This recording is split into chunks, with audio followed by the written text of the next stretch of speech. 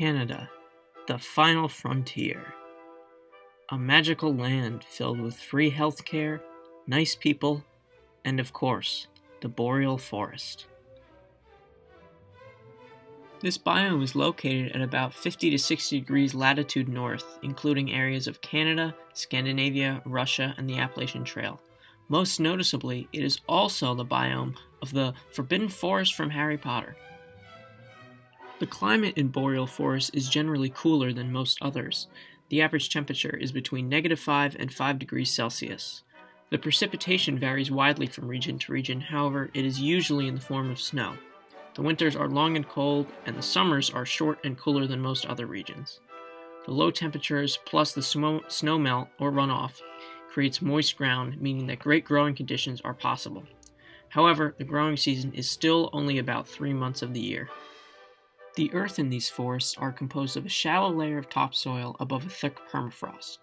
In the winter, even the topsoil can become permanently frozen all the way.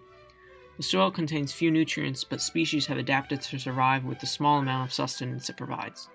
There are 3 layers of this topsoil: the litter layer, which is undecomposed material, the fermentation layer, made up of organisms in the process of decomposition, and finally the humose layer, a combination of all of the completed decomposition.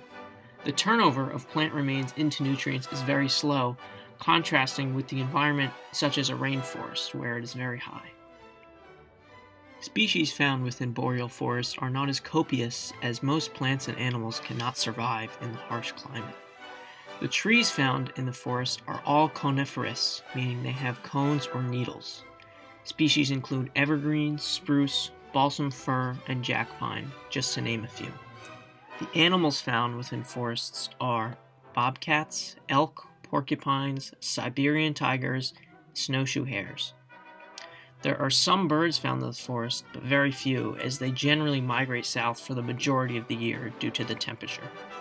Many other small animals like to burrow under the snow and or hibernate in order to survive the winter. Overall, animals that live in boreal forests are only able to do so because they have developed adaptations that allow them to survive. For example, the snowshoe hare has brown fur, but in the winter it sheds and its fur is replaced by white hair. And now for our next biome, the temperate forest. As many of you know, we live in a temperate forest. It's very extensive and rich in biodiversity. Other than being the biome in which we live, temperate forests can be found in other parts of the eastern United States, Canada, Europe, China, Japan, and parts of Russia. Temperate forests have an average yearly temperature of 10 degrees Celsius, with -30 degrees Celsius as the lowest temperature in the winter, and 30 degrees Celsius in the summer as the highest. This is because they are located at mid-altitude areas found between the polar regions and the tropics. Temperate forests receive 75 to 150 centimeters of rainfall annually, making them the second wettest biome on Earth after rainforests. Temperate forests are rich in both plant and animal biodiversity. Deciduous trees dominate this biome's tree population, and shed their leaves and regrow them with drops and rises in temperature, respectively. There are many different types of trees that grow in these temperate biomes. Most of them are broadleaf trees, such as oaks, maples, beeches, hickories, and chestnuts.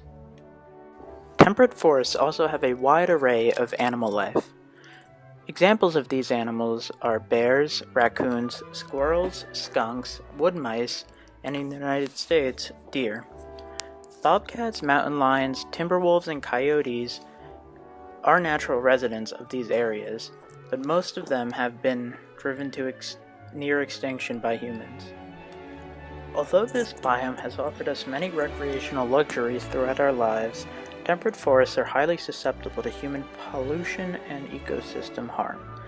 Threats mankind poses to this biome include acid rain due to the burning of fossil fuels, the introduction of invasive species, and deforestation. This can be avoided by simply caring for your environment, not producing unnecessary garbage, and spreading a message of environmental awareness throughout the days that you live in this biome. wonderful world of salt marshes. The salt marsh, a vital and diverse ecosystem where land and water meet. Salt marshes dominate the coasts of Australia and are otherwise concentrated on the east and west coasts of North America, the southern Atlantic coasts of Africa and South America, and the coasts of Europe and eastern Asia. They form through a process known as sediment accretion, the deposition of silt and other materials on flat surfaces, which are then fixed by organisms such as cyanobacteria, also known as blue-green algae, to form flat, elevated surfaces, populated mainly by halophytes, salt-resistant plants such as smooth cordgrass. These salt marshes flood regularly with the tides and provide an important barrier between brackish inland waters and the open ocean. Salt marshes exist in the intertidal zone and are divided into the low marsh, which floods twice a day with the tides, and the high marsh, which floods seasonally. While the high marsh has greater plant diversity, most of the animal activity occurs in the low marsh as it is flooded and drained with saline water by the tidal creeks. In addition to halophytes and microscopic algae and decomposers, salt marshes are home to a variety of animal life. The low marsh is populated by invertebrates such as blue crabs, horseshoe crabs, shrimp, and various mollusks and gastropods. Birds of prey such as terns, osprey, marsh ducks, sharp-tailed sparrows, and herons prey on them from above the water. Swamp marsh mammals include raccoons, muskrats, and minks. Turtles and terrapins, as well as fish and eel, live in the tidal creeks. Swamp marshes play vital ecological and physical roles. They serve as a buffer between land and sea and protect coasts against erosion. Additionally, they provide ecosystem services such as water filtration, the balancing of nutrients and organic matter in other interacting systems, such as mangroves, and providing important feeding grounds for young fish, crustaceans, birds, and dromedaries in Saudi Arabia.